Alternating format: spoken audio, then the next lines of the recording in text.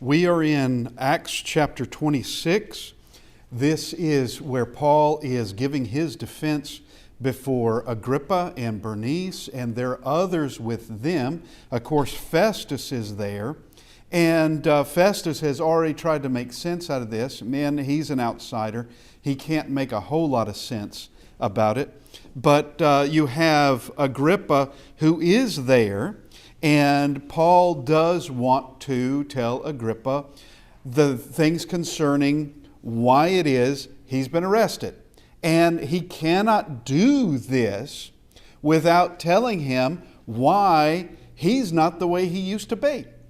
And it's impossible. It's impossible to tell why Paul has been arrested at all without Paul telling of his conversion and what occurred on the way to Damascus and what he was going to do in Damascus, which he does tell that. And as we have made mention with Paul's speeches here, he's always telling, well, in the book of Acts tells us something we didn't know prior to. Every time he gives, Paul gives an account of what occurred to him, he doesn't contradict anything, but we do get more information that we didn't know beforehand. And here in this one are direct quotes from Christ to Paul that in chapter 9, we didn't know Christ said this to him directly. Now, he's not contradicting anything. We're just getting more information. Now, we're beginning in verse 19. After he relates what occurred on the way to Damascus and what he refers to as a heavenly vision, because it was.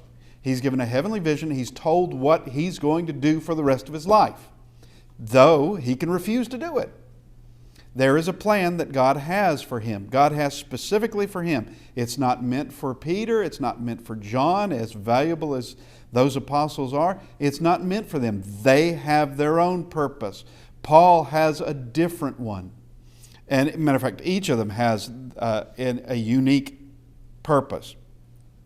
But he says in verse 19, "Therefore, King Agrippa, I was not disobedient to the heavenly vision, but declared first to those in Damascus and in Jerusalem and throughout all the region of Judea, and then to the Gentiles, that they should repent, turn to God, and do works befitting repentance." So this is what he did. He wasn't disobedient to the vision.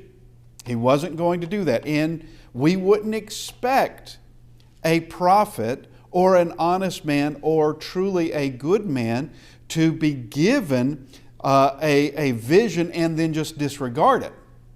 Now, Jonah did, but and we can see others who may have done the same. But Paul says he did not. He did precisely what he was called to do. All right? And so he's been teaching this. This hasn't been done in a corner, as he said, or as he's going to say. This hasn't been done in a corner. That this has been going on now for quite a while. And he says Damascus, Jerusalem, the region of Judea, to the Gentiles. And what has he been teaching them? Repent, turn to God, and do works befitting repentance. And this is against the law how? Which is precisely what he's been saying. He's been saying that what Moses taught and what the prophets taught, I'm just continuing that teaching. They taught that someone was coming. What do you think is going to happen when that someone arrives, has done their duty, and gone? What do you think is supposed to happen then? That you just deny that person after Moses and all these prophets prophesied about the Messiah, that the Messiah came, the Christ came, and we just now pretend like it didn't? Is that what we're supposed to do? Because that's certainly what the enemies of Christ wanted to do. Verse 21, for these reasons, the Jews seized me in the temple and tried to kill me. All right? And it's true. They did try to kill him. And it's for this reason this was all done. This is why he's standing before them today. This is why he's been a prisoner for the past 2 years in Caesarea. Verse 22 rather. Therefore, having obtained help from God to this day, I stand, witnessing both to small and great, saying no other things than those which the prophets and Moses said would come. Now he's going to identify what that is. But he's doing nothing more than confirming what they said and showing what they said came true. Now, if it came true, what are we supposed to do? I mean, that's the question. If it came true, what are we supposed to do? What would you expect people to do? What would you expect someone like Paul to do if all this came true? Well, he's been doing it. And he's saying it occurred. It all happened. Now, what is it that the prophets and Moses said would come? That the Christ would suffer, that he would be the first to rise from the dead, and would proclaim light to the Jewish people and to the Gentiles. Now, we go in the Old Testament and we can see where that's true, where that's precisely true, that every bit of this, he's not making this up. This isn't just kind of forcing something into the Old Testament. It is true, every bit of this, that the Christ would suffer. Well, let's go to Isaiah 53 and look at that. We're not going to read it today, but we could go there and see it from there. We can go to Psalm 22 and see it from there. We can go to Psalm 2 and see it from there. We can go to Psalm 69 and see it from there. We can see these things. He would suffer and be the first to rise from the dead. Now, what is it that Peter said in Acts chapter 2? That nor would his Holy One see corruption. Well, what does that mean? That means that there is one who is going to die, and that is the Christ. And from Psalm 16, we're going to go to Acts chapter 2, verse 25. For David says concerning him, who's the him? That's the Christ. I foresaw the Lord always before my face, for he is at my right hand, that I may not be shaken. Therefore my heart rejoiced, and my tongue was glad. Moreover, my flesh also will rest in hope. For you will not leave my soul in Hades, nor will you allow your Holy One to see corruption. You have made known to me the ways of life. You will make me full of joy in your presence. All right, this is Psalm 16, 8 through 11, being quoted here by Peter. Peter is saying that Psalm 16, speaking concerning the Messiah, David could not be speaking of himself, and he's going to prove that. He's going to show that David could not be speaking of himself because David is still in the tomb. Hades, you will not leave my soul in Hades. That means that soul had to go to Hades, the realm of the dead. But not leave it there, not leave that soul there, means that soul came back. Not there anymore. And nor will you allow your Holy One to see corruption, meaning his body did not go to dust. His body did not just decay in a tomb, that he was resurrected. Okay, so Moses and the prophets, would that include David? Yes, and they would all agree with that. Well, all the Jews would agree with that. All right, that he would suffer, he'd rise from the dead, and would proclaim light to the Jewish people and to the Gentiles. And yes, that is what he said would occur. That it wasn't just for the Jews, it's for Gentiles also. That this would go across the world. Daniel chapter 2 does not limit that mountain to just being in Zion or Jerusalem. He doesn't limit it to one space, that mountain that represents the kingdom of heaven or the kingdom of God going around the world. All right, it's not limited to one people. It goes everywhere. Did it do it? Yes, of course it did. And here we are, as I often say, here we are 2,000 years later, and considerably more later than that from the days of Daniel, but 2,000 years later on the other side of the earth. And not Jewish. Yet, here we are. Now, this is precisely what happened. This is, now, someone like Agrippa would know, and Bernice would know what he's talking about. Whereas Festus, not so much. Agrippa would. Agrippa would know this. Now, here we have the interruption, and it's made by Festus. And one would wonder why he wanted to say what he did. Because Paul hasn't done anything that would be like someone who's crazy.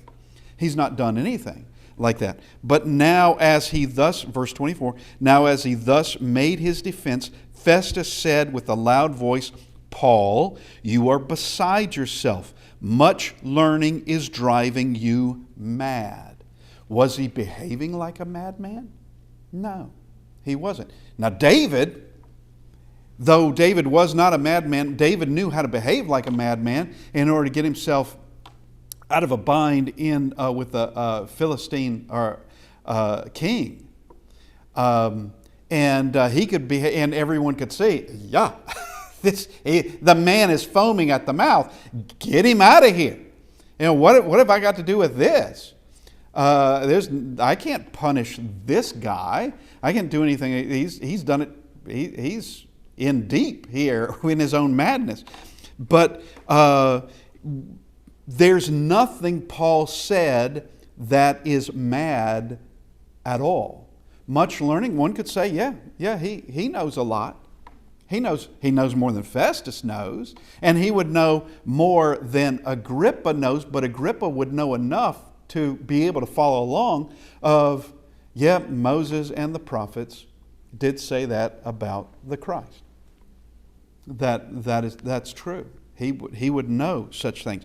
But you're beside yourself. Much learning is driving you mad. So just want to make note concerning in this statement by Festus, other than the whole thing of you've become mad, is that Festus could see that Paul was a well-educated man. He could see that. He could see that here is someone who knows an awful lot.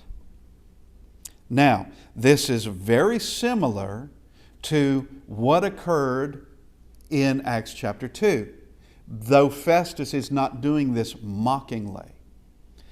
In Acts chapter 2, you have those that mocked, saying these men are drunk. Then Peter has to tell him, go with the argument, this is not what you're saying, but this is what this is. This is what it's not, a bunch of drunk men. This is what it is. You have the fulfillment of prophecy. Now, Paul has got to say, this is not what this is. It's not madness. Much learning is driving you mad. But Paul said, I'm not mad, most noble Festus, but speak the words of truth and reason, for the king, before whom I also speak freely, knows these things. For I am convinced that none of these things escaped his attention, since this thing was not done in a corner. All right, you think that I'm mad because of much learning? No, I'm speaking truth and reason, and the king cannot confirm it. You think it's madness? The king knows it's not. You think that this is words of a madman? The king would know that what I've said, Agrippa would know that what I said is in fact the truth. He would know it, that the prophets, Moses and prophets, did speak of these things. Now, going back to Festus's interruption, it could be that Festus interrupted for the whole thing of prophets and their prophecies coming true through time. And that, I don't know what Festus may have believed, as far as that's concerned. Was he just a secular man? Did he believe in things beyond, above and beyond nature? Did he believe in things like this? Well, I don't know. But here is this fulfillment of all these prophecies. Well, from an outsider, that would sound like crazy talk, or you have become mad. But he's in his defense. He says the king knows. The king knows that all this is true, and it's not escaped his attention. This was not done in a corner. Verse 27, King Agrippa, do you believe the prophets? I know that you do believe. So going back to the prophets and Moses, what they said has come true. Should this be a surprise to someone like Agrippa? Should this be a surprise to the high priest, Ananias? Should this be a surprise to him or any of those in the Sanhedrin court? Should it surprise them that the prophets and their prophecies came true with the Christ, and that he did arrive on this earth, and he was rejected by the rulers? He was rejected by the majority of Israel. He was rejected that way. All these things did come to pass. What did you expect the message to be?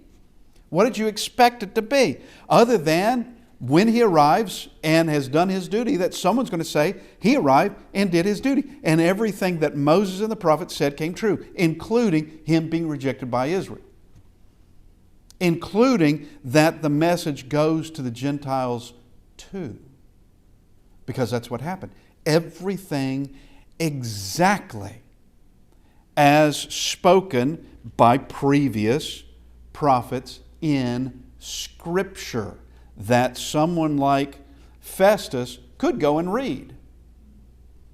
He could go and read it, and he wouldn't have to learn Hebrew to do it. He could go and get a copy of the Septuagint, Greek translation of the Old Testament, and he could read it for himself. He could do that. Now, do you believe the prophets? I know you believe. Now here's verse 28. Then Agrippa said to Paul, you almost persuade me to become a Christian. Almost. Okay, now Paul's going to respond to this almost and altogether. I could hope that you were, and everybody else in this room were altogether a Christian except for my chains. But it is of note that Agrippa he uses the term Christian. You almost persuade me to become a Christian. That's very different from Tertullus. Back in chapter 23, I do believe it was. Let me make sure I got that right. Note chapter 24, that of Tertullus, calling it the sect of the Nazarenes. That's what he called it. Okay? And that's very different from what others have called it, and calling the church of the way. All right, he uses a name now, Christians, or a Christian. That name had been spread out, but you have the enemies of Christ who don't want to use that name. Why not? Well, it's very simple. They don't want to have to admit in any way that using the word Christ, that means Messiah. So that of a Christian means someone following the Christ, someone following the Messiah, which means they're acknowledging someone's following the Messiah. All right, well, why aren't you? You're denying the Messiah? And why aren't you? They're not going to use that name so readily. That's why they will denigrate it or they will obscure it by saying the way or the sect of the Nazarenes. They've got to obscure it by way of language. But Agrippa's not. Agrippa says, you almost persuade me. Yes, ma'am. So what if King Agrippa agreed with Paul? What would happen if he agreed with Paul that he believed him? Okay, if Agrippa agreed with Paul, that means that it's time for Agrippa to learn the gospel completely and be baptized. You didn't want to do that. No, not if you're almost persuaded, you wouldn't do it. If you're almost, you're up to the door, but you're not going through the door. You're almost there. You've almost convinced me. But there's the almost. All right, but I'm not going to be convinced. There's the almost, and there is nothing to admire in this almost business. There's nothing to admire. Either you're with me, you're gathering with me, or you're scattering abroad. It's one or the other. Almost is still scattering abroad. Was he afraid to admit it? Is he afraid to admit it? Agrippa, I don't know. Politically, it could cause him problems. You have to understand, kings also have to deal with people. Kings also have to deal. The kings do have enemies. Kings. That's why you have kings have to have bodyguards, and kings have to have even food testers. I wouldn't want that job. I know what you're eating's got to be better than what I get at home. I know that, or what I'm getting somewhere else. But no one's trying to poison me. I hope not, anyway. No one's trying to poison me. But I don't know if he would be. It doesn't say he is. I don't know, but he's willing to say that. And there are others. Beatrice is with him. And there are others who came in to the room as well who are not Roman. They're from Caesarea. They are others from Caesarea who are there. Are there other Jews that may have heard that? I don't know.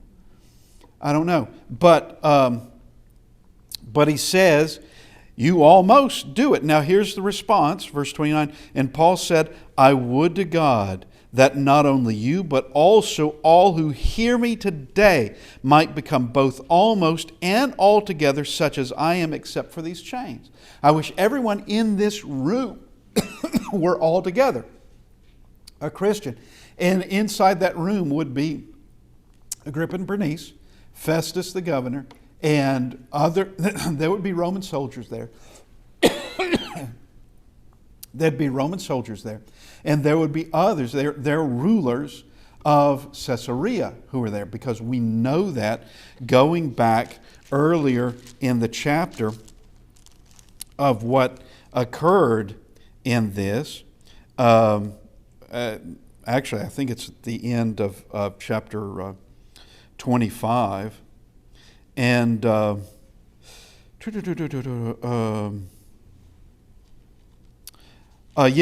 25 and 23. So the next day when Agrippa and Bernice had come with great pomp and entered the auditorium with the commanders and the prominent men of the city, that's Caesarea, and at Festus' command, Paul was brought in. So you have all these who are in that room, in this auditorium, this room for a hearing, to hear something.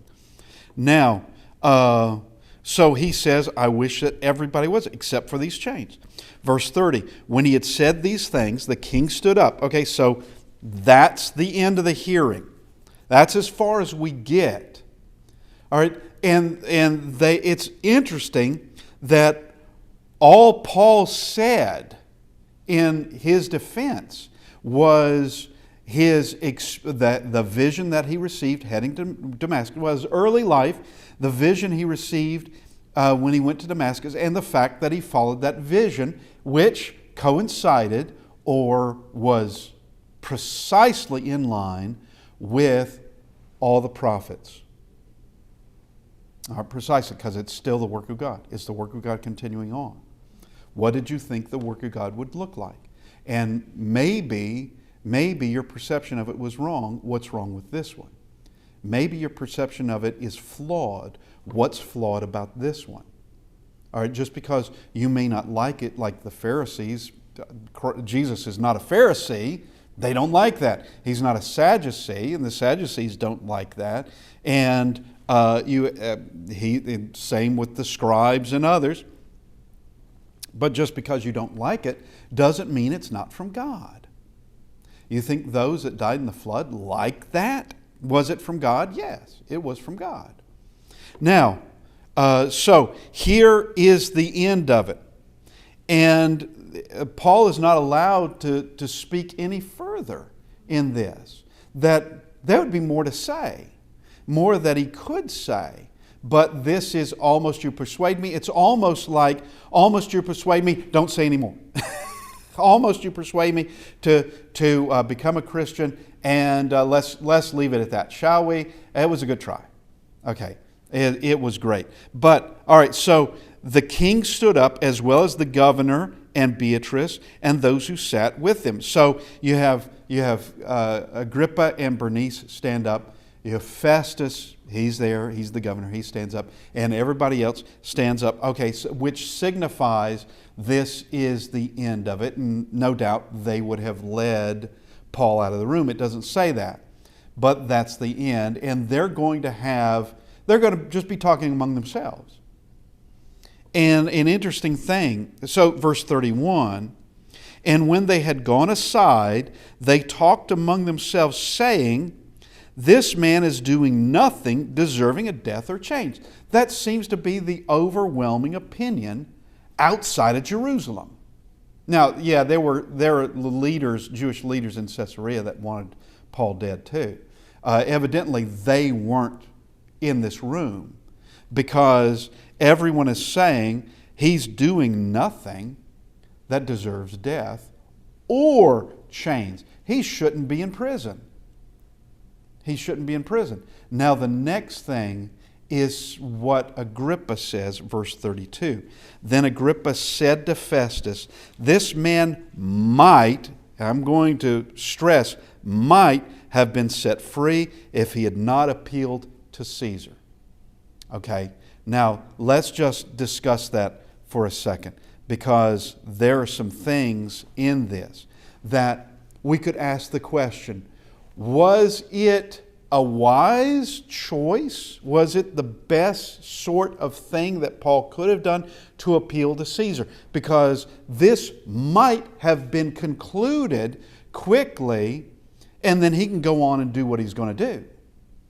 All right, was this a foolish thing or an unwise thing to appeal to? Was it a poor decision to appeal to Caesar? Because that just prolongs everything. Because Agrippa says he might have been set free. All right, here's the thing. Several things to discuss in this. How much of this, before Agrippa sees Festus, how much does Agrippa know concerning Paul? Nothing. Okay, they've been living in the same country. But Agrippa knows nothing.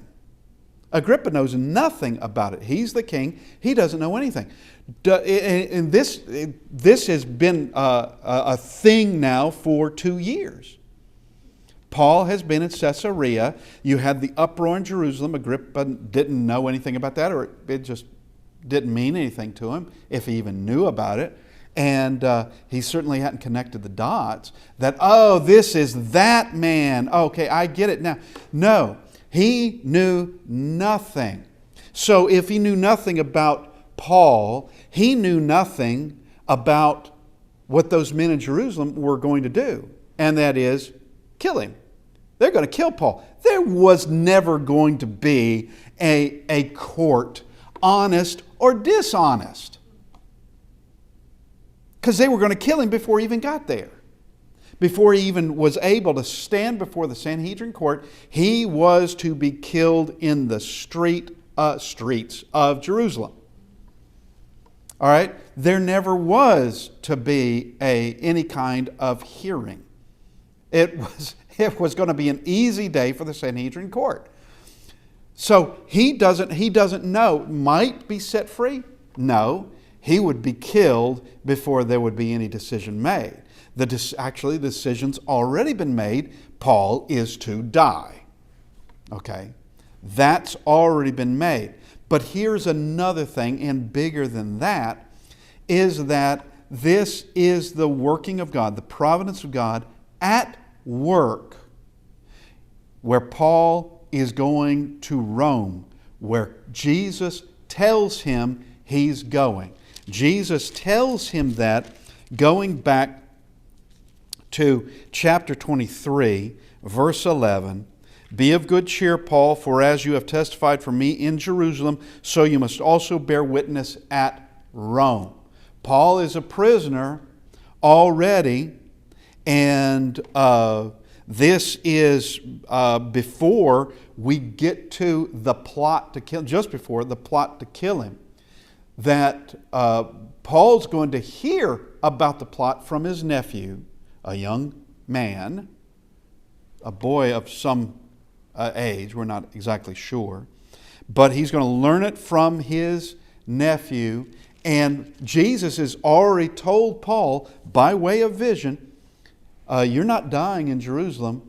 There are still things you are going to be doing. You're going to be going to Rome, and you're going to testify of me in Rome. Okay, and so this is him appealing to Caesar, is the providence of God that he could even do that, or that he even does it, because he may think, now he doesn't, but he might think that he could offer such a defense in Jerusalem that they would just set him free. But he knows better than that, so he appeals to Caesar. So this is how he's going to be going to Rome. Now, Paul, when he wrote to the Romans, had hoped to go to Rome and visit them. But he has no idea. This is before any of this happened. He wrote that on his way to Jerusalem. And he has no idea that he is going to be going to Rome, but in a different way. Okay, and there are a few things I want to put forward in this. Number one, the providence of God is working. We've already made mention of that. Providence of God is working. And that the wish of Paul to go to Rome, and any prayer he may have made to go to Rome, well, it's going to be answered, but not in the way he may have imagined it.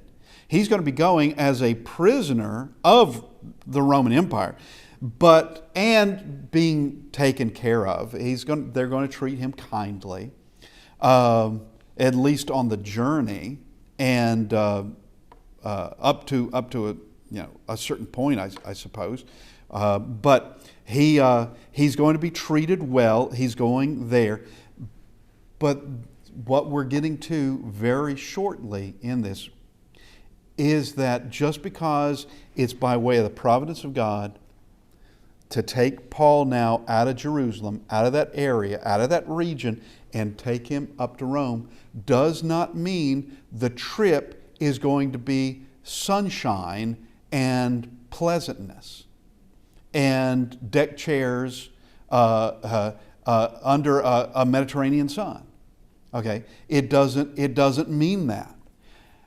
Just because he's going to be going by way of the work of God, going to Rome, that everything is just going to be paved, a paved road, as it were, and that there will be no problems.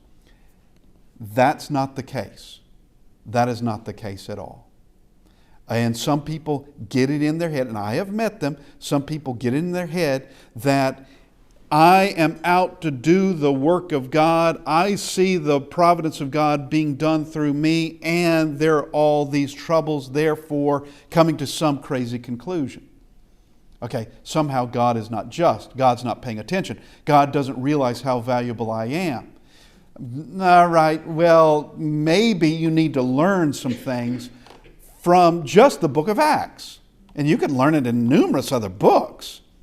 throughout the Bible, that just because God is working providentially and by way of a promise to Paul, doesn't mean everything is just going to be the best sort of environment, the best sort of travel, because it's not. Now, Festus says he might have been set free. He doesn't know, and no, he wouldn't have. All right, he wouldn't have. They still had been plotting to kill Paul. They were still doing it. As we have already seen with the beginning of Festus being governor, they were trying to pull the same plan with Festus as they did with Lysias, the commander in Jerusalem, pulling that same plan. And okay, he appealed to Caesar because he's a Roman citizen and he can. If he had not been a Roman citizen, he would have been flogged in Jerusalem by the Romans to get information out of him, and no telling what would have happened to him after that. All right, they might have just handed him over to the Jews and said, yeah, whatever is okay with us. He's a Roman citizen. He's appealed to Caesar. Therefore, it's already been decided he's going to Caesar. Now we go to chapter 27. And when it was decided that we should sail to Italy, all right, the time has come. They delivered Paul and some other prisoners to one named Julius, a centurion of the Augustan regiment. Now, the time has come, and we've already made mention that it's not as though there were regular sailings going from Caesarea to Rome as an express ship. I'm not sure that there were. I mean, maybe. But what usually was done is that you would have ships. If you have a ship that's going to go from Caesarea to Rome, it would probably bounce around, following coastlines and bounce around as to various places and then end up in Rome. But they don't have one. And so they are going to have to bounce around not only from city to city where these ships are going, but have to change a ship, because the ship that they originally are going on just heads them in the right direction, knowing very well that they're going to have to get off and find a city that is heading more westward, more toward Italy. Okay, so they're going to sail to Italy. Paul is delivered to Justus with other prisoners. And in the Greek, that word other in there, now Greek is a different language than English. With the word other is the meaning that here are prisoners of a different sort. That Paul is one sort, but the other prisoners are a different sort. Now, all of them must have been Roman citizens, otherwise they wouldn't be heading to Rome. They too must have been Roman citizens, and it's also one of those things of where we have enough prisoners here or enough of something that needs to go to Rome, and we can take Paul along as well. Now, so you have these other prisoners, and they could very well have been truly thieves and murderers and the like. I don't know. Who knows what they are? Or perhaps even some innocent men in there. But they're different than Paul. They're delivered to a centurion. His name is Julius, and he's of the Augustan regiment. Now, there's some things that could be said about the Augustan regiment. And first off, in this, and we haven't made mention of this in months, actually, that whoever you want to say wrote the book of Acts, it was Luke, but whoever you want to say wrote the book of Acts sure knew the first century world and the way things were at this specific time. They knew. All right? And as it is, Nero did have what he's the one that put it together, that he put together a guard called the Augustani. He put it together, and they did his close personal bidding. All right, which would be various things. Now he had horsemen of this regiment that went with him when he was traveling as protection, but he also had those of the Augustani who would do other bidding, and it's possible that Julius had actually escorted Festus to the region, that he had escorted Festus to Caesarea, and now it was time for him to go back. And now he had a purpose to do. It's not just that, okay, now go back to Rome and enjoy the trip, but there is now a purpose that you are going back. It's using your resources wisely. And so he's got a group of prisoners that he's got to escort to Rome. And it's very possible that Julius it's time for him to head back to Rome, which it probably is what he was going to do anyway. Once he had a mission, now he's got it. But whoever wrote the book of Acts sure knew a lot about what was going on in the Roman world in that day, specifically these years in the first century. Starting with that of going from Acts chapter 1 in Jerusalem, going all the way into traveling around the Mediterranean world and how it was done, and the various officials, the various rulers and governors and minor officials that have been named throughout this book. Okay, so verse 2. So entering a ship of Adramyttium. Okay, Adramyttium is a port city in Asia, and it's southeast of Troas, northwest of Pergamum. All right, that is where this ship is from. And so if it's heading home, it would be hugging the coast as much as possible and heading northwest.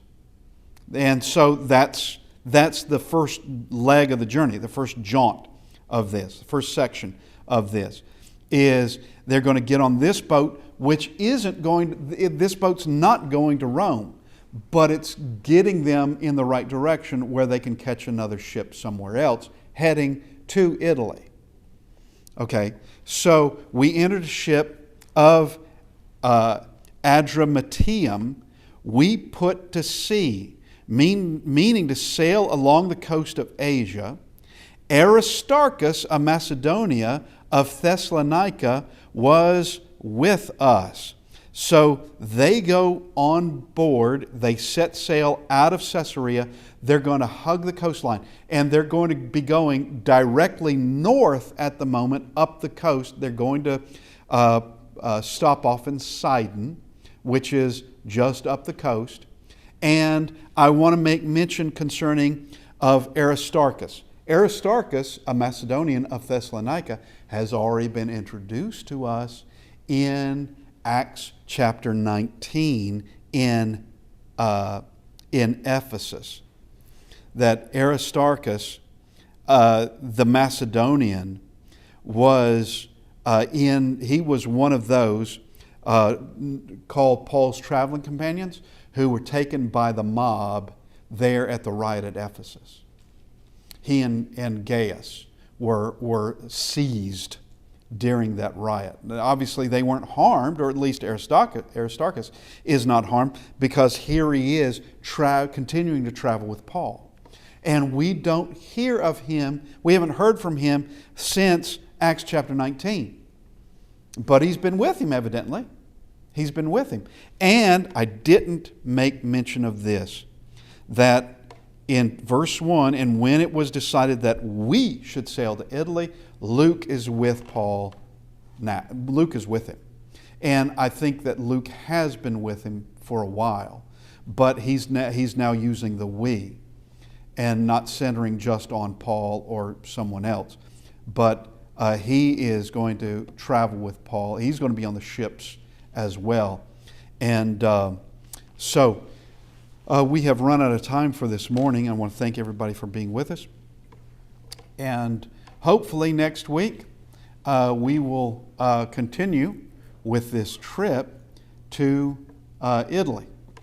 And like I said, it's not going to be without its problems. But Paul's going to make it. And as promised by the Lord. Thank you, everybody, and hopefully we'll continue next week.